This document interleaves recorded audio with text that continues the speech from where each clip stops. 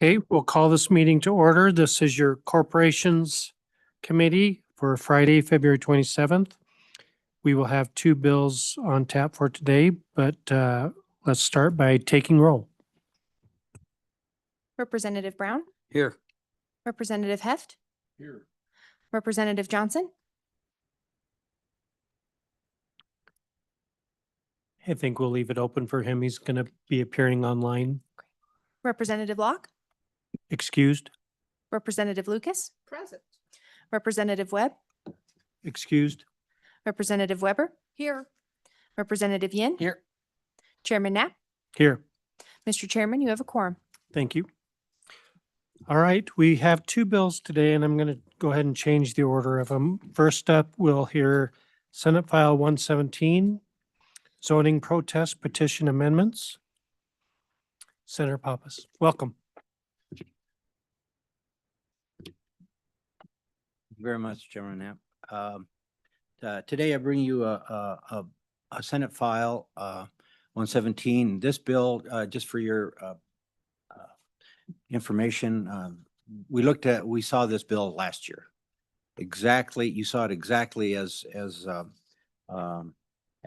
the original bill is exactly as it came out of the Senate last session, passed the Senate, and it passed the House as well. Unfortunately, there was an amendment put on it in joint committee, and the Senate did not concur, and so the bill died. So we're back again, second time trying to get this bill through. It's a bill that deals with zoning protest petition amendments. With me today is Randy McKay, who is representing the Wyoming Business Alliance, and he will speak to it as well. So this bill is basically a bill that will help our workforce, and hence the Alliance's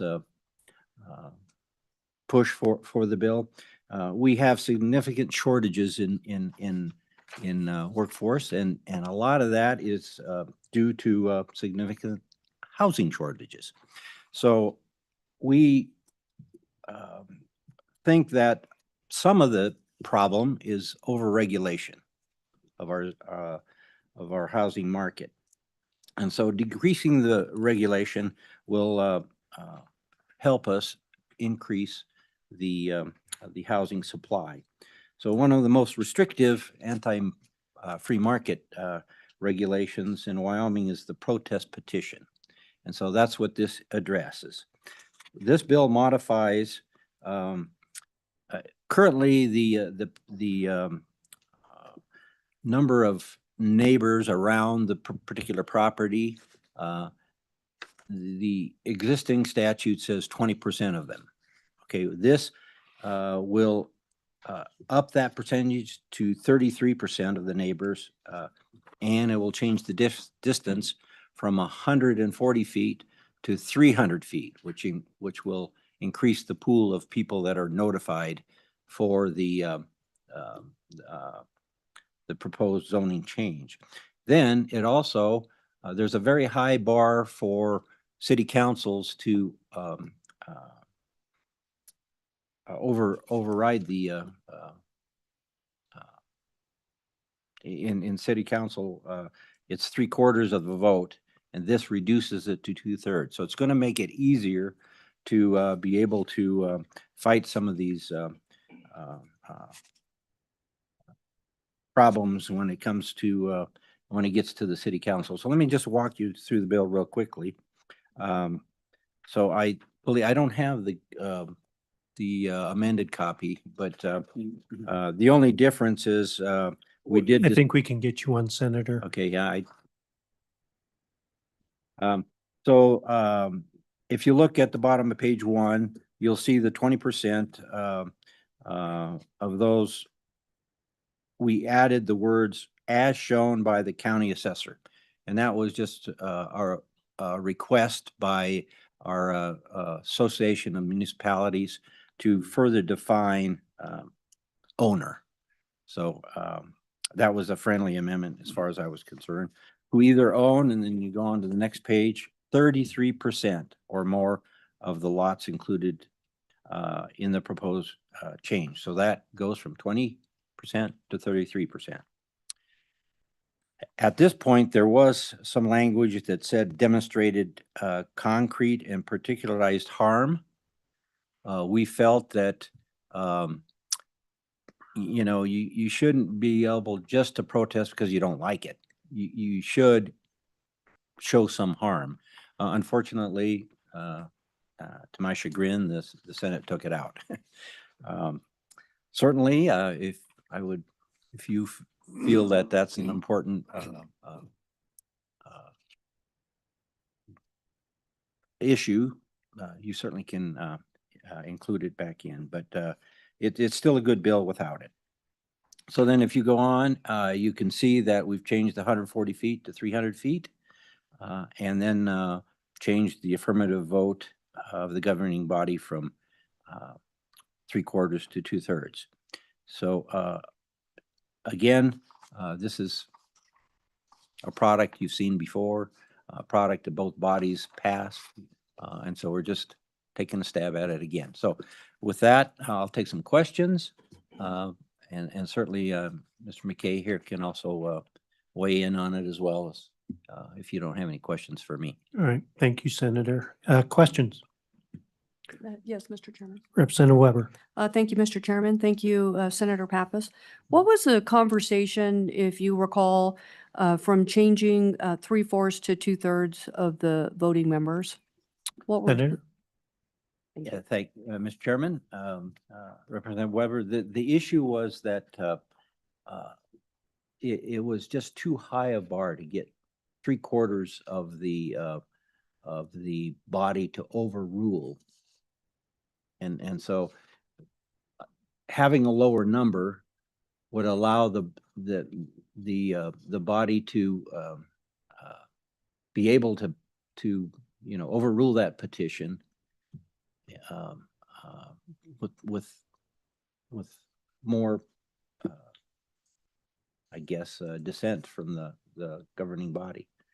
I don't maybe Mr. McKay could answer it better, but in particular, there was a case here in Cheyenne where that was the issue. They lost a housing development because not enough of the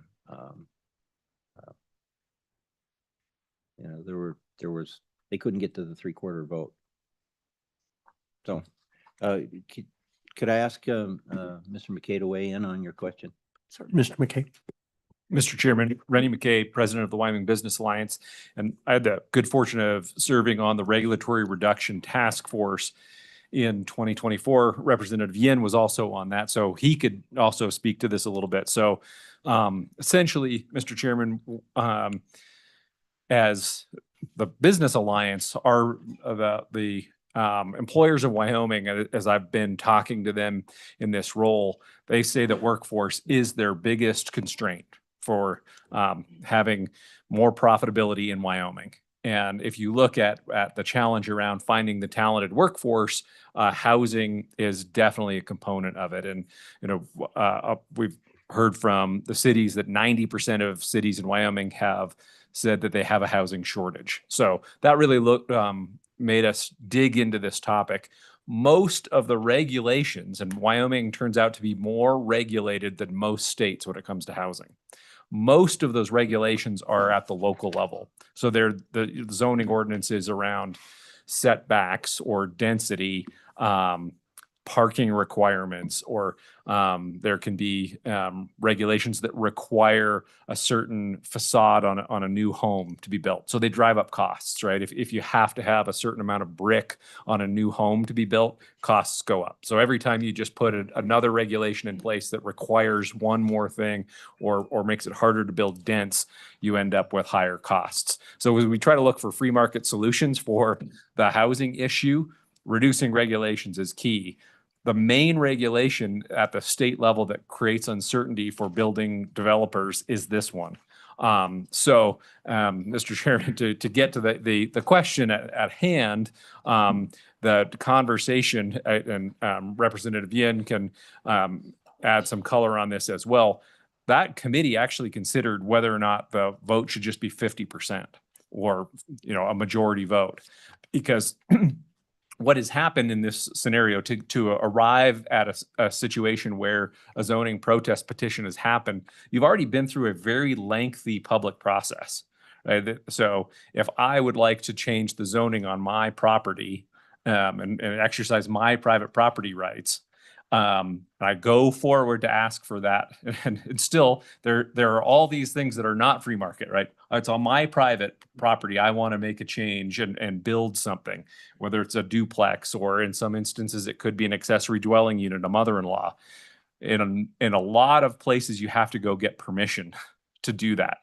Then you get through the entire public process with a public vote to get that permission from the government to do something on your private property right.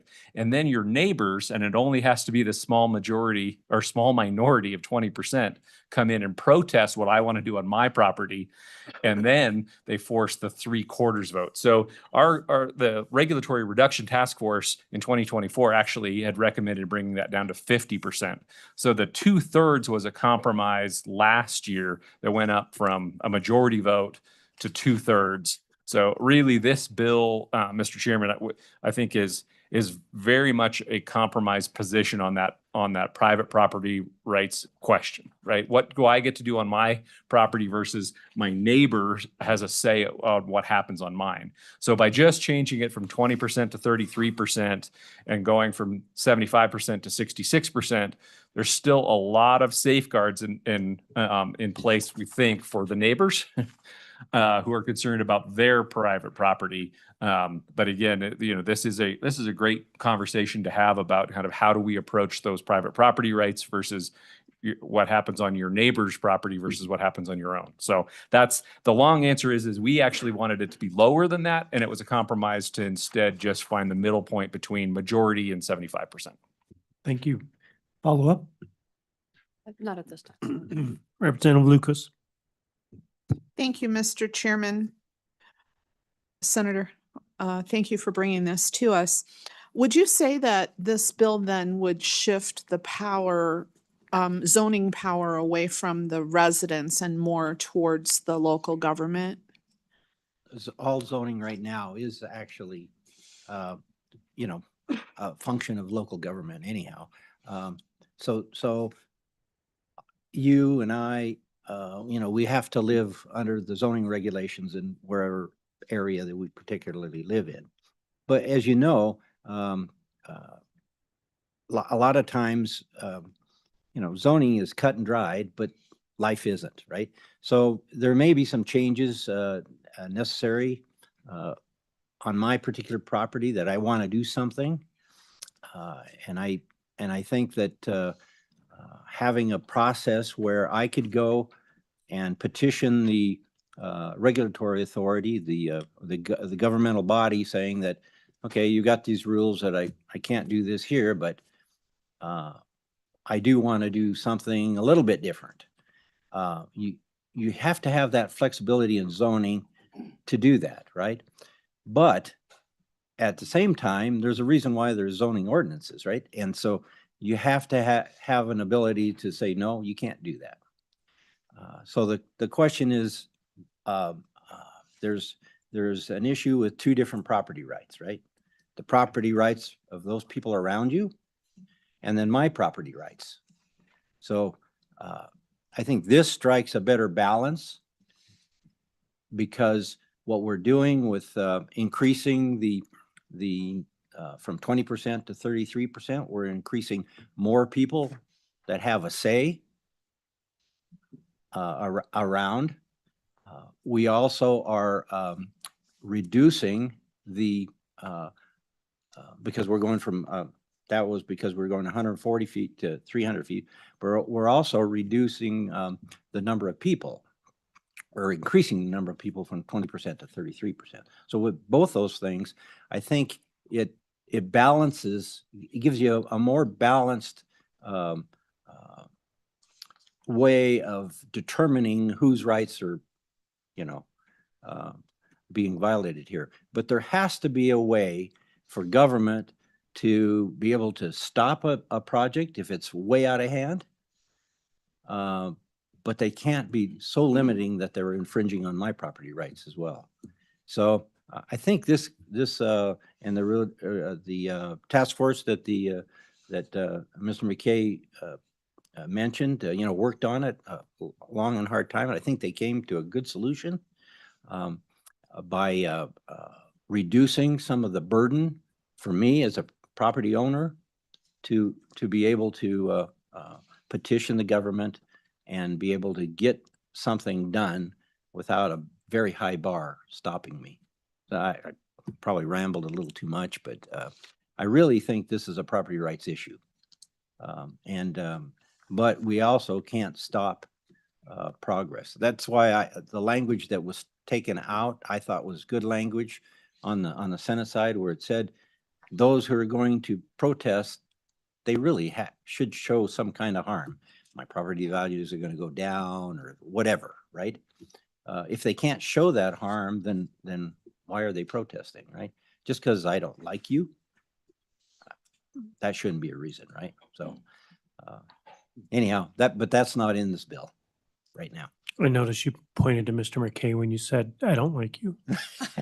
Oh, he might not. I do like him though. He didn't point at me. Mr. Chairman, that language is called the McKay.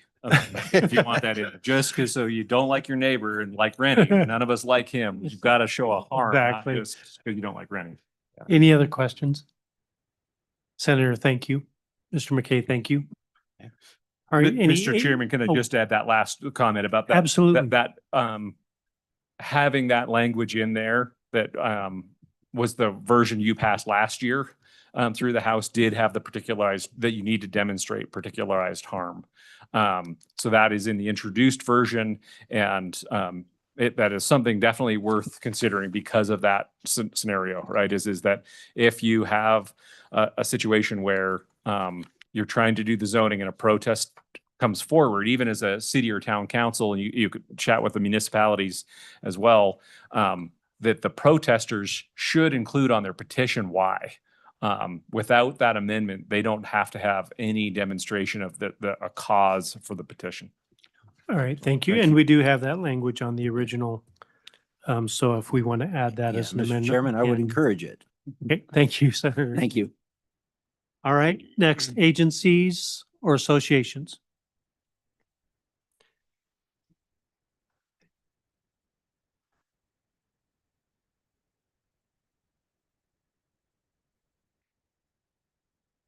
Welcome. Please state your name. Mr. Chairman, I'm Bob McLaurin with WHAM, here to testify in support of this bill. We work with the sponsor and with Rennie, and we like Rennie though. But we're in support of this bill, as Rennie indicated to you. Once you've gone through a zoning change amendment or a change in development regulations, you've gone through a pretty extensive process. There's been public notifications. There's been you have to read the ordinance 3 different times. And so once it's gone through that, the projects have been pretty well vetted. So we think that this is a good change. The Regulatory Reduction Task Force met for 2 years, and this was the only bill that came out. And it was introduced last year and then didn't quite make it to the finish line. So WHAM supports this. Be happy to answer any questions. Questions? No, I had one. How did WHAM feel about the original language showing harm? We're good either way. Okay, So whatever your preference is, we're good with. all right, thank you. All right, any other agency or association, County Commissioners Association? No? All right, anybody from the public that wishes to testify on this?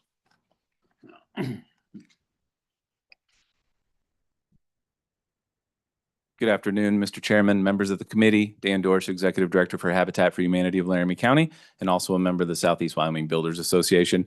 And I just want to say thank you for your service for our state, and also here to support this bill for the same reasons Senator Pappas and Mr. McKay and WHAM have supported it as well, and also would support that original language. Thank you for your time. All right, any questions? No, Thank you very much. Appreciate it. Any other members of the public on this one inside the room? No? Do we have anybody online for this bill? Not for this bill, Mr. Chairman. Okay. I will close public testimony. Committee, what's your pleasure? Moved by Minority Leader Yin. Do I have a second? Second by Representative Locke.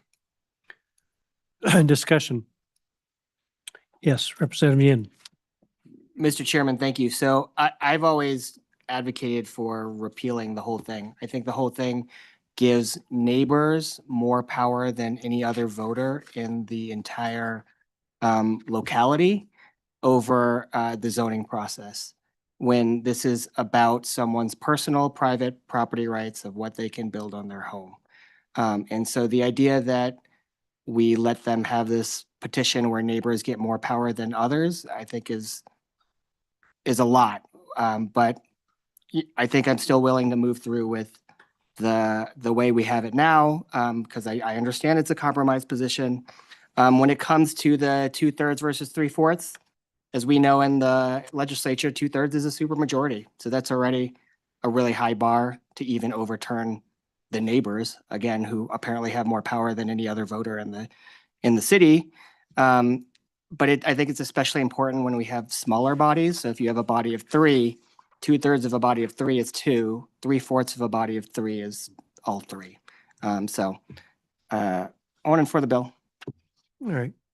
And with your position, are there any amendments to this for the original language showing harm?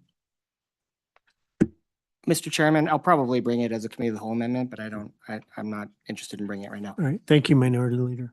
Any other discussion? All right. Seeing none, please poll the committee. Mr. Chairman, this is a roll call vote for Senate File 117 engrossed. Representative Brown, No. Representative Heft, Representative Johnson,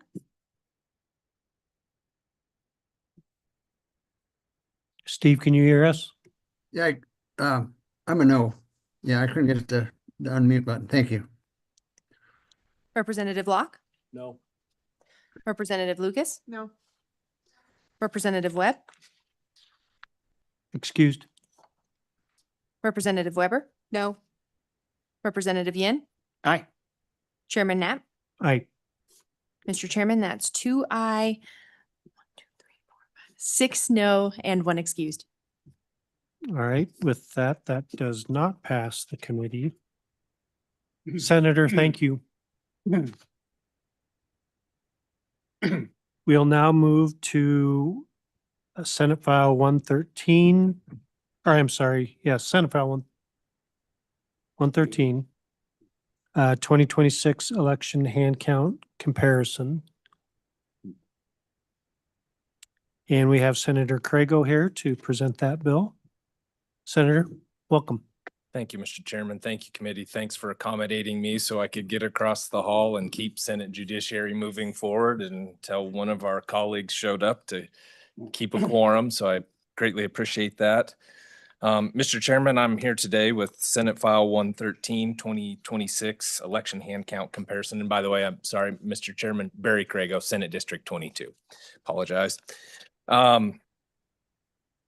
Mr. Chairman, committee, we've heard a lot out in Wyoming. I've heard from a lot of my constituents, not all of them, not even a majority, but there's an element, there's a group of citizens that are worried about the accuracy and integrity of our voting machines, our voting counting machines. I'm not one of those people, but I do understand the concern. And so I'm trying to, with this bill, I'm trying to do something about that. I'm trying to address that concern. This bill is the result of quite a bit of work with our county clerks. Corresponded with them a lot as we put this bill together. This is a bill that the clerks can actually accomplish in the time frame necessary to meet our statutory deadlines. And the other thing I would add, Mr. Chairman, as I go through it, but most of this bill is non-codified. And the reason being is this is essentially only going to apply to the 2026 elections, both primary and general. It will not be a permanent fix, but it's something that could be replicated and made into a permanent fix before 2028 if that's something that the legislature and the people decide we want to do after we see how it actually works out. Sort of a test run, Mr. Chairman, if you will. And then I will walk you through the bill real quick. Starting at the bottom of page 1, top of page 2, that just extends the deadline for appointing the hand count audit participants as opposed to our election judges. That part will be codified. The second part on page 2, it allows our election judges to also serve on the hand count audit. So that also has to be put into codified law into the green books. Then section 2 is where the non-codified portion of the bill starts. And on page 3, line 9, really this is the meat of the bill and this is the purpose of the bill. It says the purpose of the hand count audit is to complete a physical examination of as close to 5% of the total number of ballots cast on election day per county as possible and compare the results of the hand count audit to the results tabulated by the electronic equipment. That's really the meat of the bill, Mr. Chairman, and that's what it does. It does it in a very simple way so that we can actually show people whether the machines work or not. And that's what this is going to do. I believe it'll show that, but if not, we will prove other people right. And that's really the point of the bill. Let's find out the answer to this question once and for all. Moving down on that page, you will see that our good Secretary of State will pick one federal race and one statewide race for each clerk to audit.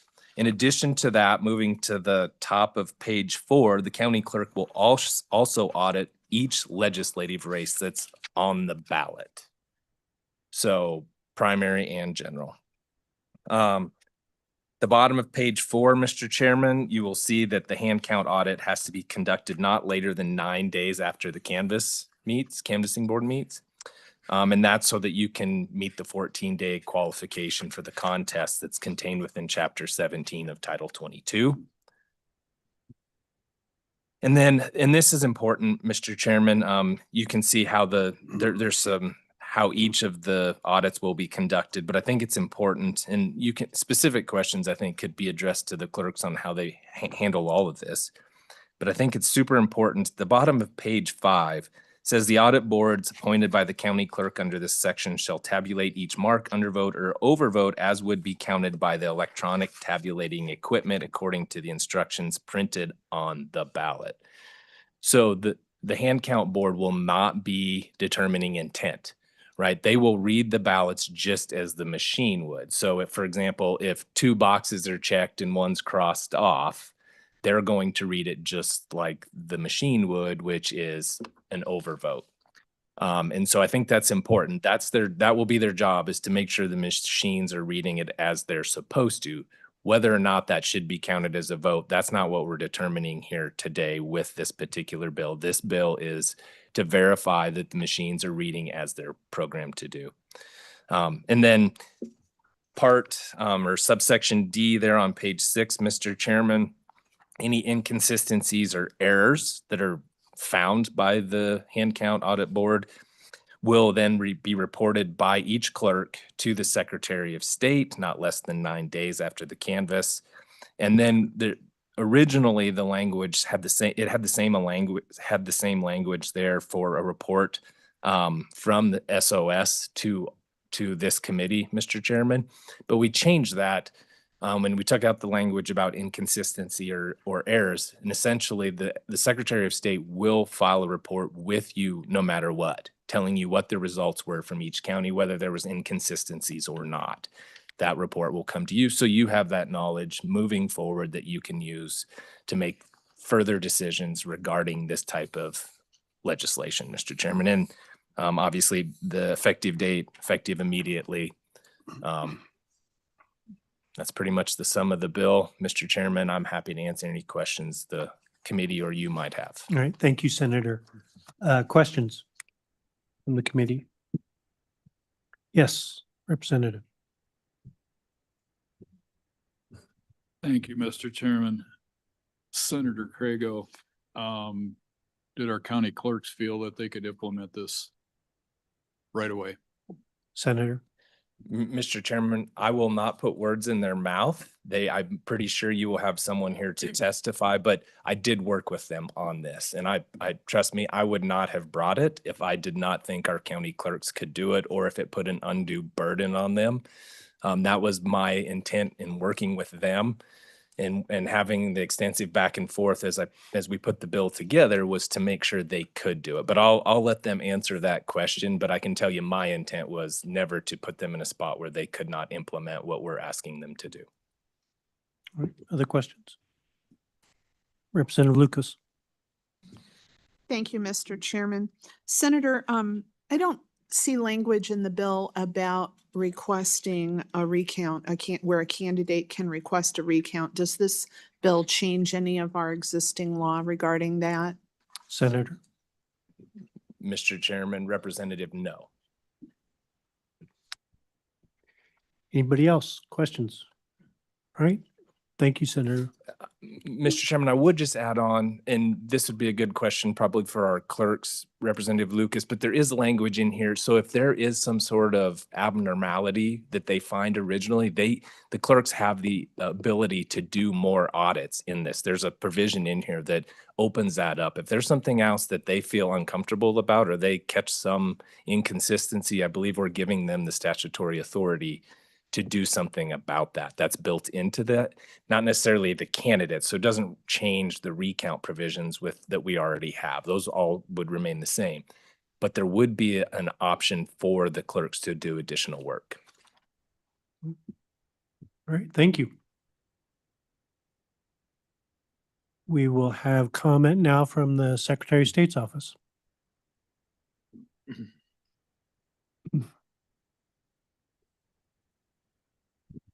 Well, thank you, Mr. Chairman. Appreciate your work and this bill SF 113. So I want to talk a little bit about from Mr. 30,000. Secretary, can you go ahead and introduce Yeah, yourself? Chuck Gray, Wyoming Secretary of State. Thank you. I think Mr. Rubino's on his way down, so he'll probably join me in a second. If he does, that's Joe Rubino, our policy director and our general counsel. I want to talk with you a little bit before we get into the nitty gritty on the bill on where we're at on recounts, hand examination of the ballots in the third week of the budget session, which of course is our last chance in this 2-year biennium to do anything on this issue. 2025, we had Representative Haraldson's House Bill 232, which was also part of Senator Beitman's Election Transparency Omnibus Bill SF 190. The Haraldson bill went through the House. President Beitman did not refer it in the Senate. President Beitman's bill, which basically was Haraldson's bill, pretty much exactly, went through the Senate and was not heard in the House on the floor. But it went through both chambers respectively, albeit with different vehicles.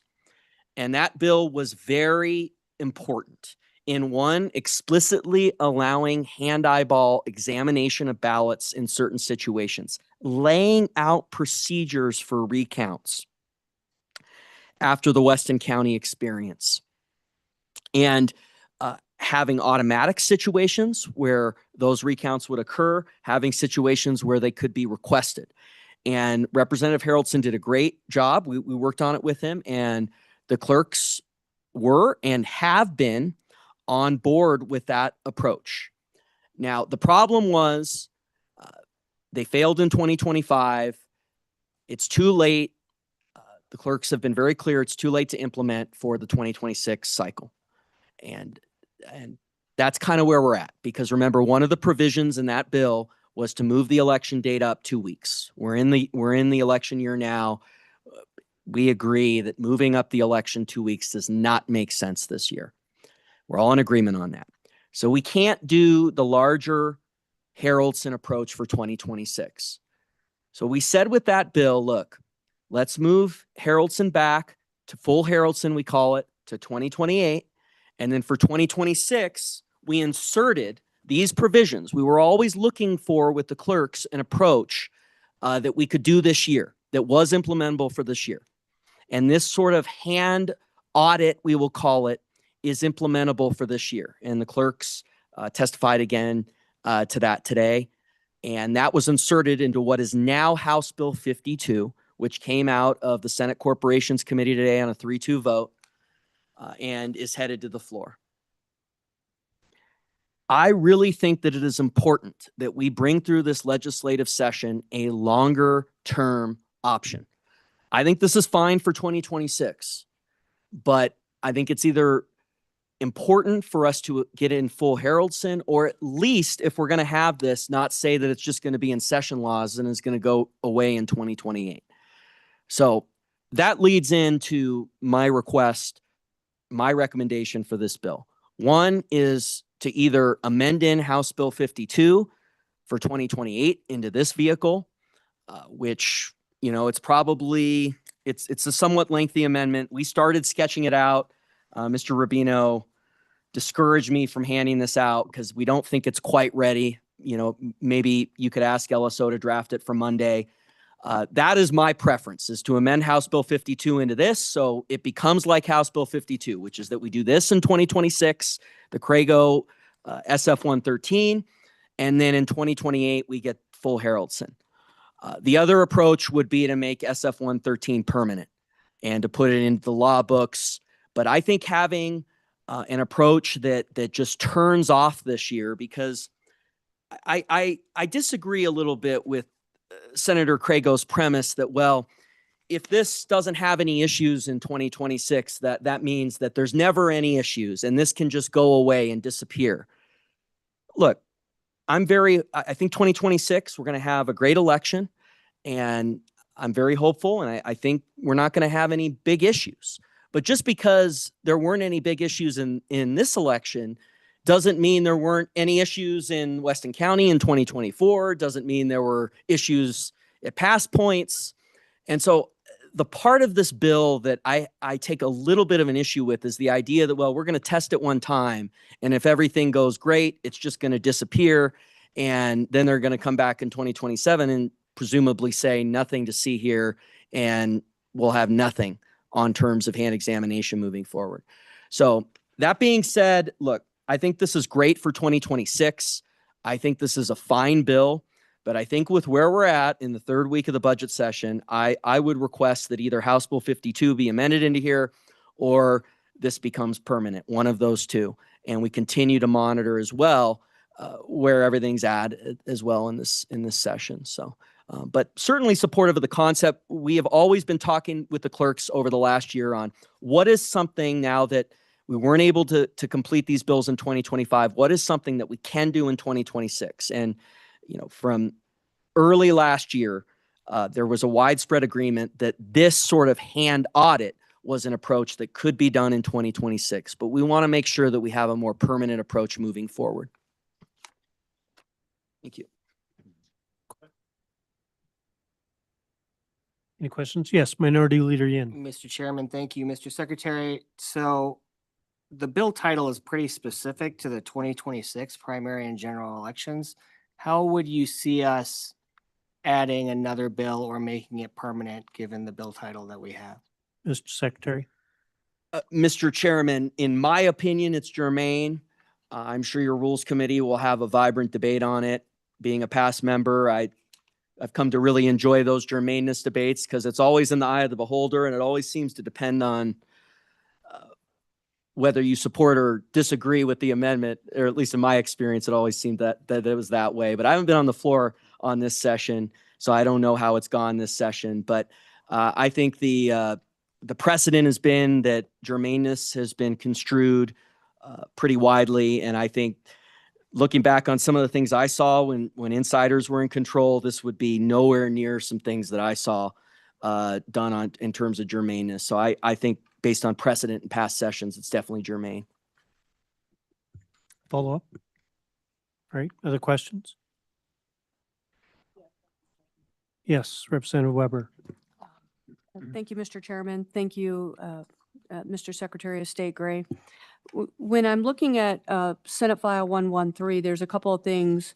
from a different House Bill 52 that, that a lot of constituents told me that they liked, like the ability for a candidate to request a hand count. And I know that that's not in here. Do you? I understand what you're talking about with an amendment with 52, merging that in with 113. And I still can't get past the fact that the hand count request from candidates wouldn't even be offered if this was the only thing that was passed for 1 year. Mr. Secretary. Mr. Chairman, Representative, it's frustrating for me as well.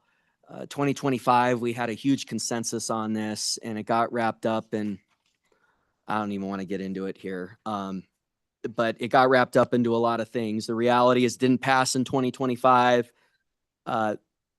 It could not be implemented Haraldson without moving the election date. That's the reality. We can't move the date now that we're in 2026. So we've always said what's sort of the 5-yard pass that we could do in 2026. And that's always been the 113 approach. But to say that, well, we're just going to do 113 and then come back in 2027, and then you can already see sort of the narrative that's being set up here that if everything goes well, they're going to say, well, we don't need to do any of the Haraldson stuff and any of the stuff on actually having, a recount option. And I just really reject that premise. And as I think based on your question, you do as well. I think we can get it all. I think we can do and I think passing the Haraldson approach in this year for implementation in 2028, because it is a change, will provide the necessary time for us to get adjudication rules in place, for us to notice the change in the election date that would be, again, 2028, not 2026. So I think it's much preferable to do that this year than even 2027. I really think that it is much preferable to do it 2.5 years in advance with the implementation. So I also am very disappointed we weren't able to get that through in 2025, but it didn't happen. And so there's no doubt that it's going to be a smaller scale deal in 2026. The question is, how do we get the full solution that I think we can? And I've had a great working relationship with the clerks on this. I know, and I want to put words in their mouth either. Clerk Irvin, I've so enjoyed working with him. I think this is his last meeting as the Clerks Association chairman. He announced, I think he's going to come up in a moment. I'm sorry if I stole your thunder, Clerk Irvin. I'm sorry, but we have worked on 52 on getting to a resolution, and we're back to where, they can correct me if I'm wrong here, but where they feel 52 is implementable, and they testified to that a few hours ago. And I think we've had great working relationship. We're going to continue to do that, and I've really enjoyed working with them, and we're going to continue to work on that. So, thank you. Follow up, Mr. Chairman? Yes, Representative Weber. Mr. Chairman, Secretary of State Gray. Another question, if everything wasn't able to get amended into Senate File 113, will the ballot proposition, if that passes, how does that affect this bill? Mr. Secretary. Mr. Chairman, Representative, there's no ballot initiative on they submitted some language to us, and then they didn't resubmit when we had a conference on it. So I think it's going to be the property tax one that is certified for the ballot for 2026. I know they're thinking about going out for circulation at some point, but that's not even out for circulation. The one I think you're alluding to. Thank you. Thank you. Any other questions? So just to simplify this for me, because I agree with Minority Leader Yin that the title narrows this pretty specifically to 2026. Even if you had an amendment that extended this out, it would still not be a full solution for the ongoing years, would it not? Mr. Chairman, if you amended 52 in, it would be. If the way 52 is worded, we basically amended SF 113 for 2026 and then the Haraldson approach, which was 232 in the 2025 session moving forward after the 26 election. So yes, that's what I'm saying, is that amending in a full scale approach. I think you could also make SF 113 applicable permanently and not just put it in the session laws. But people have the right to disagree on germaneness. I will be adamant that based on the precedent of when I was a member, which I think is valid in these conversations, that either of those amendments would be germane. But Okay. Thank you. Thank Mr. you. Secretary. All right. I think that's it for questions. Representative Johnson, did you have any questions you needed to add? No, thank you, Thank you. Mr. Chairman. Okay, next we'll have associations.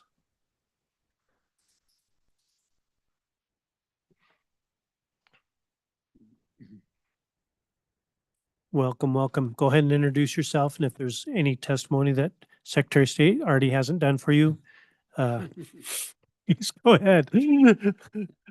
Mr. Chairman, Malcolm Irvin, Platte County Clerk, and he did break the news, and that's quite all right. It is my last meeting as in front of this committee as president of the association, running again, but it's time to pass the torch to somebody else for the association. Well, I'd just like to say we've enjoyed having you and working together to come up with some solutions for Wyoming. So Thank you.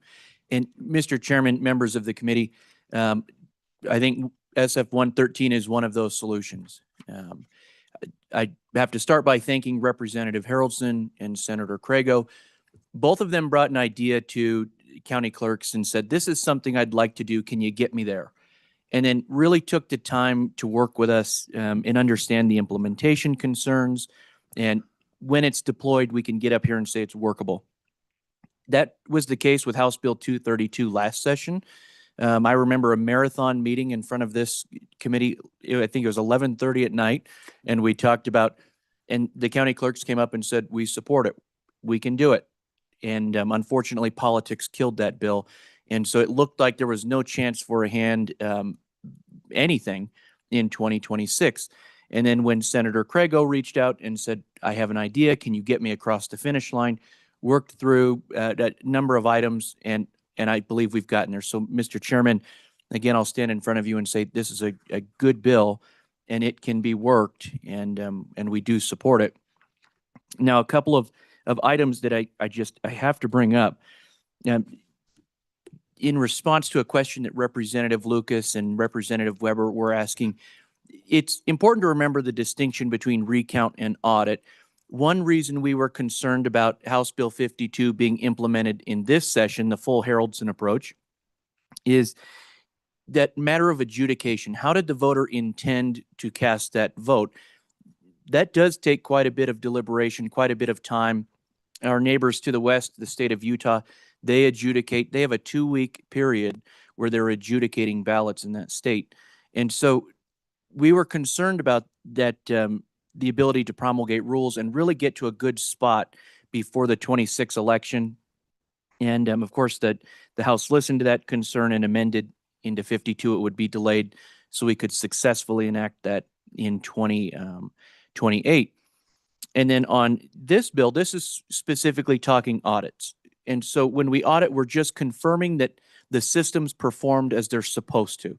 Not necessarily how the voter intended to vote it, but that the system acted as it was supposed to act. And should there be an issue, there's provisions in Chapter 17 of Title 22 that allow electors to challenge the results of elections.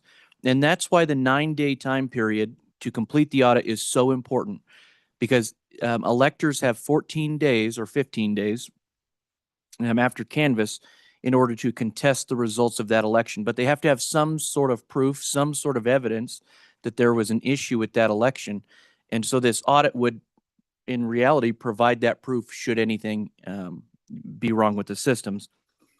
Mr. Chairman, I'll end by just urging that, and this is where the Secretary and I disagree on this one, but my concern at this point is I would urge you to keep Senate File 113 as written.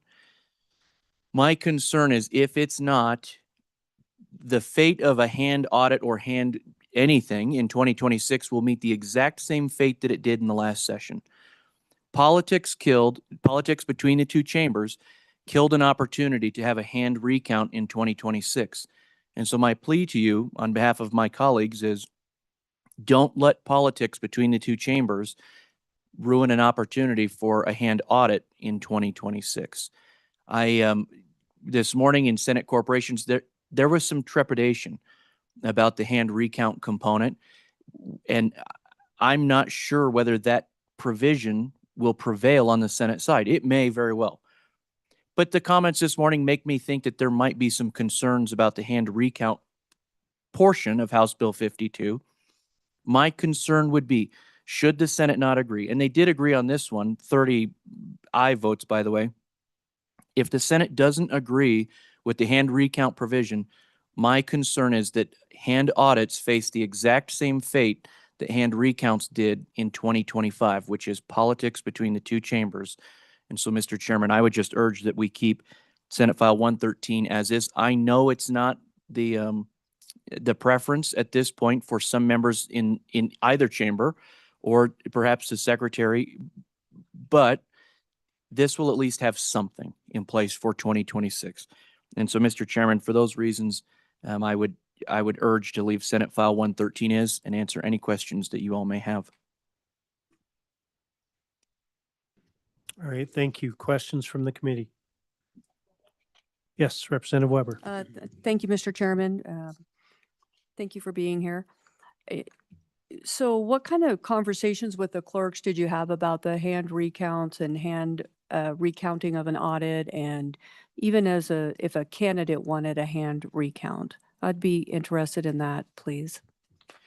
Go ahead, Clerk. Mr. Chairman, Representative Weber, I'll go back to 2025 a little bit because Representative Haroldson, he really wanted to focus on a recount provision. And a big piece of it was that the candidate could request it. And so to do that, we believe we're going to need some time. And that was a big portion of House Bill 52, the engrossed copy, is it provided sufficient time because in reality, a recount must be completed or should be completed before the results are certified because a recount could potentially change the results of that election. And so we needed time. And House Bill 52, the engrossed copy, provided us that time. Without that time, Mr. Chairman and Representative Weber, we're concerned at this point in 2026 about implementation of recount provisions by hand. But this audit provision, we believe, is implementable within the timeframes we have. Follow up? Okay, any other questions? All right, thank you. But Mr. Chairman, I would, Yes, I would another add, comment? should any member of either chamber after this session want to pursue some recount provision, let's say that hand recounts don't somehow make it across the finish line. We are always there to help. If somebody has an idea and wants to know how do we get it across the finish line, we're there to provide that assistance. And so, Mr. Chairman, should that be an interest, we'll be happy to work with whomever on that matter. All right, thank you. Thank you. Mr. Chairman. Yes. Fremont County Clerk Julie Freese has raised her hand. All right, she's online and in already? All right. Clerk Freese, can you hear us?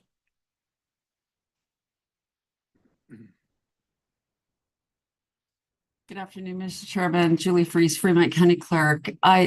I don't really have a lot more to add. I want to reiterate a couple things. So first of all, thank you for the great testimony as usual from our president and soon to not to be president of our association, Malcolm Irvin. But what I want to, we keep going back and forth with recount and an audit. I have served on a national committee and we've worked really hard at learning about audits and why they're important, and brought that back to the association and talked to all the clerks about how important this is.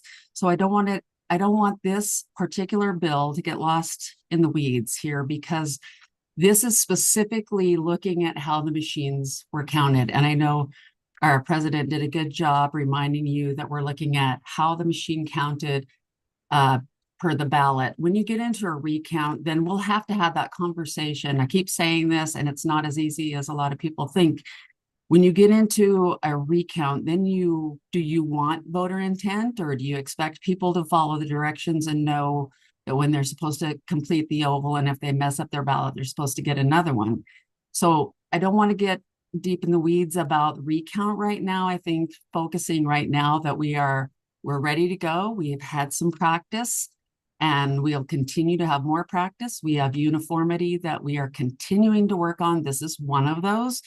We've had demonstrations. We've had a number of things to get us up to speed, and we would certainly wish that you would pass this this bill and let us do that work and let us prove to you what we're trying to do. And then whatever happens next, as Clerk Irvin said, we're there to help anytime.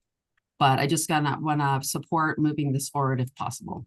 And I can answer any other questions you might have. All right, thank you, Clerk Freese. Any questions? All right, thanks for the testimony. Thank you. All right, anybody else in the room wish to speak on this?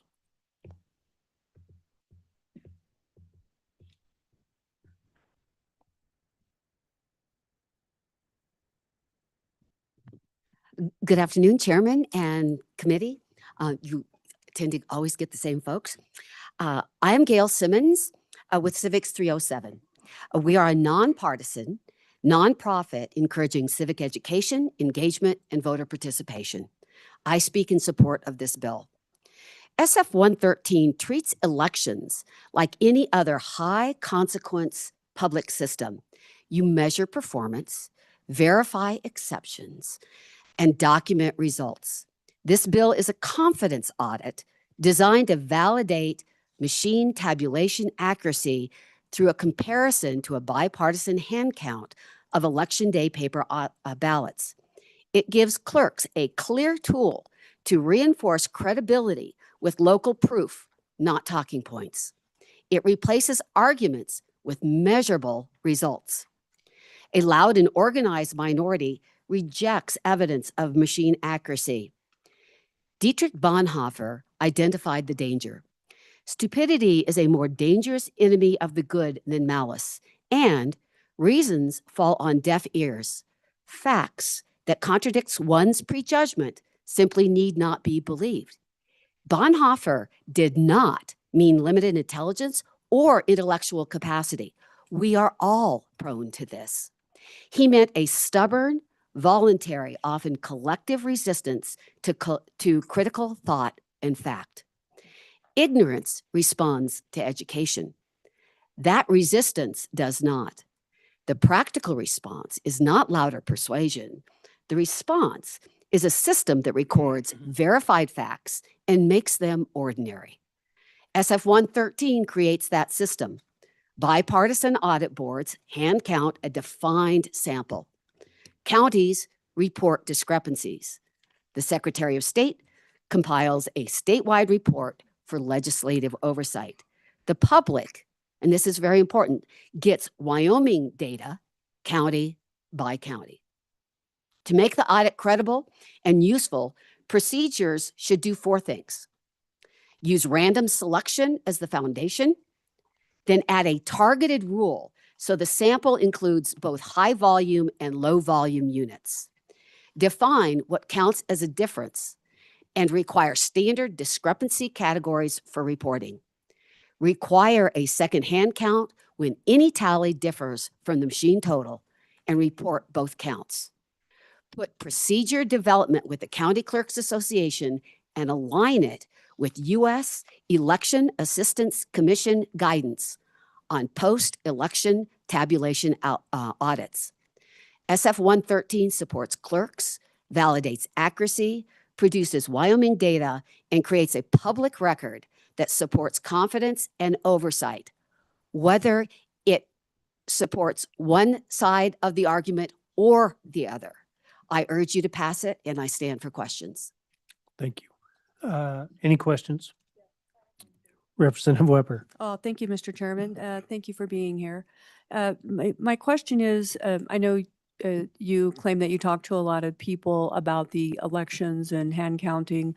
What are some of the conversations or comments that people are saying about the machines or hand count specific, or with some of the things that were in in House Bill 52? What are some of the differences that people would be talking about? Thank you. Ms. Simmons. Chairman Knapp, Representative Weber, most individuals that talk to me, I think there was a point made earlier today about folks with an issue selecting who they speak to. So I expect that applies to me as well. Most people are confused. Oh, it was in another committee. Sorry. Most people that talk to me know that I have a background in database process improvement and ask about the hand counting and the accuracy of it.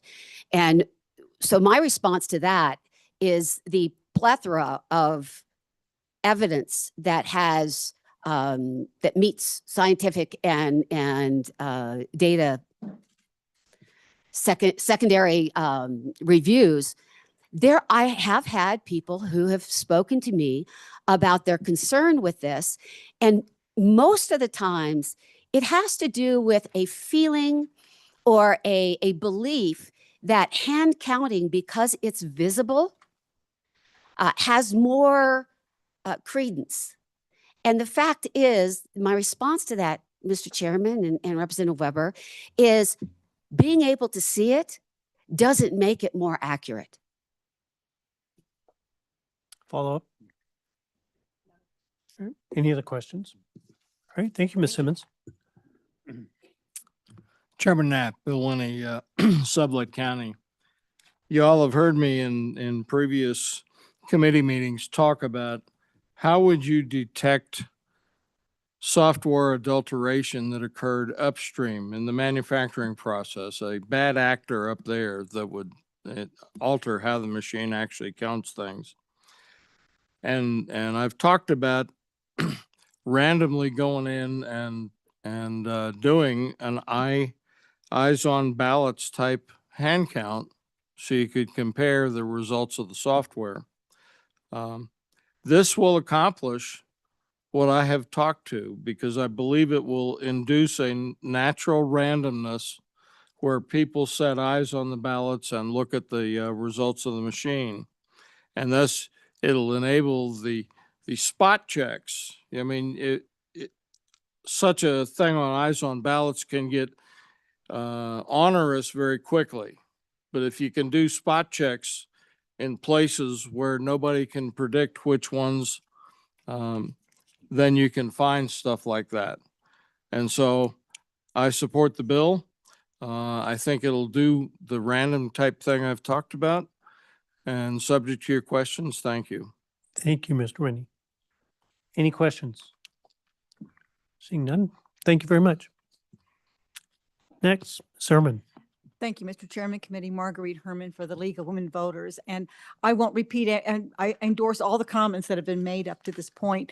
I just want to say that the strength of this bill is the rigor that is put into the reliability of collecting the data, analyzing it, counting it, reporting it, and that the bill's a good one. The league supports it, especially the way it's written now. I think we and everyone in the state, all the voters, can have confidence in the results, that it will point the way to, as Ms. Simmons said, live and die by the data. They will show that the machines are reliable or not. I'm kind of confident they will be, but the way it's written, I think we can have confidence in the results. So I hope you can pass it to the floor. All right, thank you. Any questions? Yes, Representative Weber. Thank you, Mr. Chairman. Thank you for being here. So in some of the testimony that you've heard and the comments from everybody, in your opinion, how do you think the audits would be random in order to catch anything? Thank you. Ms. Herman. Mr. Chairman, I took statistics way back in grad school, so I can't, there are ways to set up those things, the sampling process, so that I think, I remember the 5% plus or minus confidence. I think whoever's conducting it will make that public and say, this is the sampling process. And I think the large and small county thing, the large and small ballot, as Ms. Simmons mentioned, I think that's probably a good thing to throw in there. I think if it's truly random, it should be reliable. That's the gold standard for reliable results. And I really appreciate the addition to the bill about not trying to read the mind of the voter, but simply reading the ballots as the machine would read them, because you're testing the machines really. I mean, you're testing both methods. And so I don't, random, you can toss in whatever sampling you want to. But I think in making those public should I think either support the confidence, and if they're challenged, maybe on the front end of how it's designed, but the whole process should be open and public. All right, follow up. Thank you, Mr. Chairman. The follow-up, please, with how do you handle the people or talk when people come to you and say, wow, these things that are going on in Arizona and in other states that don't give us confidence in our voting machines? It seems to be kind of it seems to be pretty difficult when I hear hand count, I hear no machines, I hear problems being found today that weren't found 2 years ago. Ms. Harmon? I don't hear those things. There was a report by the Campbell County clerk, which I didn't burden you with today. They were in your meeting materials back in November, and compared, and that was a comparison of the machine and the hand count. And there have been others as well, machine versus the hand count.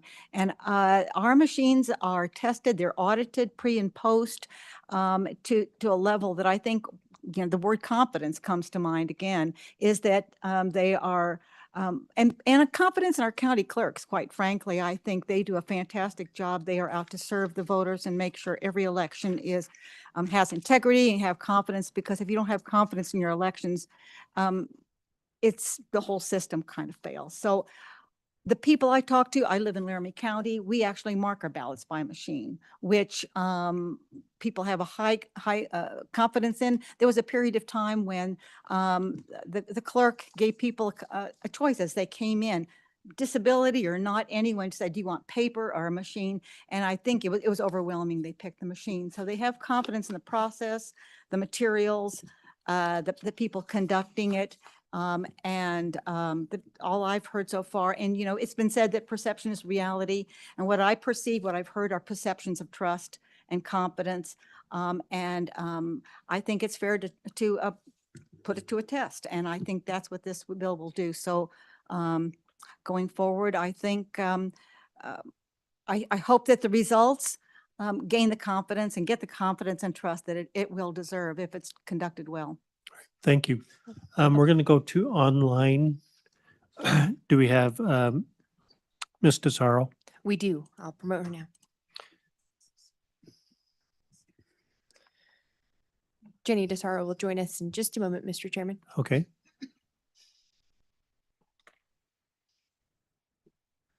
Ms. DeSaro, welcome. If you can hear us, and if you can keep your testimony to about 2 or 3 minutes, as we still need time to work the bill. Great. Thank you, Mr. Chairman. Jenny DeSaro with the Equality State Policy Center. This is a streamlined, smart step forward that will better inform statute revision if needed next session. Please support this as is. All right, thank you. Any questions? Thank you very much for your testimony. All right. With that, we will close public testimony. Committee, what's your pleasure?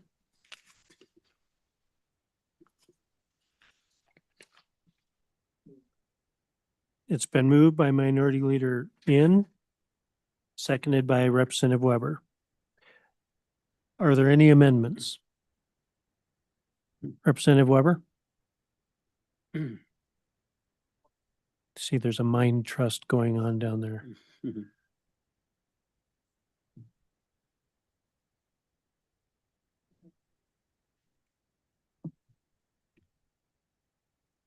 Representative Weber or Lucas, whichever.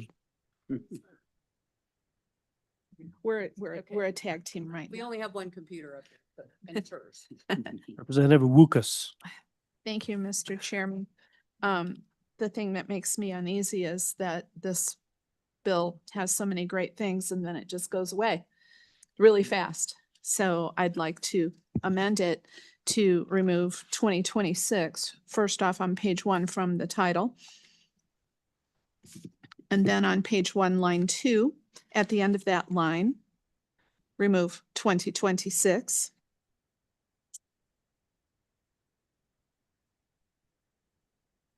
And then page 3, line 9, after following, insert each election and strike the 2026 primary and 2026 general election.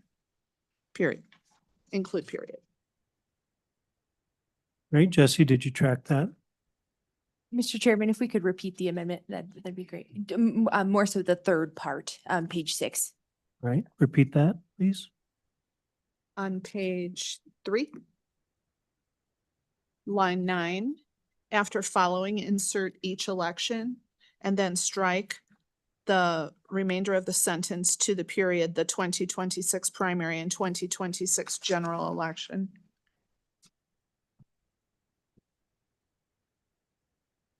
All right, is there a second? I'm not done. Oh, I'm sorry. Sorry. In a second. I'll be done soon. Page 4, line 12.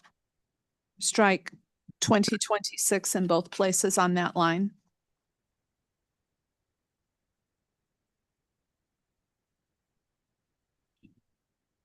And then page 6, line 11, strike from the beginning of line 11 through the end of line 14.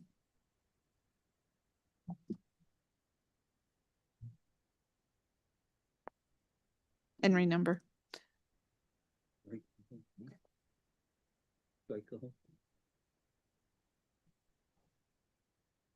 All right. So you're striking that entire 11 through 14. Okay, And then. you okay with that? You can be a All right. second. Is there a second? Second. Seconded by Representative Weber. All those in favor of the motion signify by saying aye. Aye. Aye. All opposed? That motion carries. Is there any other amendment? Yes, Mr. Chairman. Yes, Representative Weber. I would like to add in an amendment addressing the candidate recount language as in House Bill 52. And I think it could fit right after on page 6, somewhere after line 10 or 11. And the Wyoming State Statute 22-16-110, how a candidate may obtain a recount where affidavit filed. And just reading, I can read the sentence from that. It says, a candidate may obtain a recount of votes for the office he is seeking by making a filing, an affidavit alleging that fraud or error occurred in counting, returning, or canvassing the vote cast in any part of the district in which he is standing for election. The affidavit shall specify whether the recount should be conducted using electronic voting equipment or by hand count using tally sheets. The affidavit shall be filed in the same office the candidate filed his application for nomination, period. And I can get that language for you if approved. Thank you. All right, is there a second to that motion? Second. Mr. All Chairman. right, it's been seconded. Discussion. Mr. Chairman. Minority Leader Ian. Thank you. Some clarity on the motion. This is to pull the language from House Bill 52, just that new language that was added to 22-16-110 and put it in this bill. Is that correct? Correct. All right. Thank you. Any other discussion? Vice Chairman Locke. And question for the bringer of the amendment. Do you propose any date adjustments for that specific language, or is there just as it is at the current date? Just a question I have more than anything. Representative Weber. Thank you, Mr. Chairman. Thank you, Representative Locke. I think for the purpose of this meeting to get this in, I know we can amend on the next reading if it passes. Thank you. Okay, any other discussion? All those in favor of the amendment signify by saying aye. Aye. All those opposed? That amendment does carry. Any other amendments? All right, seeing none, please pull the board on House or Senate File 113 as amended.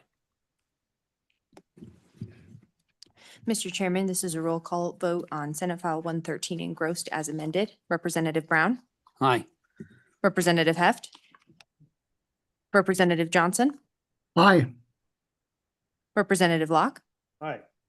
Representative Lucas, Representative Webb, Excused. Representative Weber. Aye. Representative Yen, No. Chairman Knapp. Aye. Mr. Chairman, that is 1, 2, 3.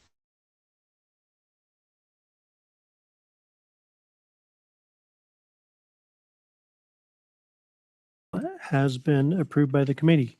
Can I get a volunteer for the floor? Representative Weber. Thank you.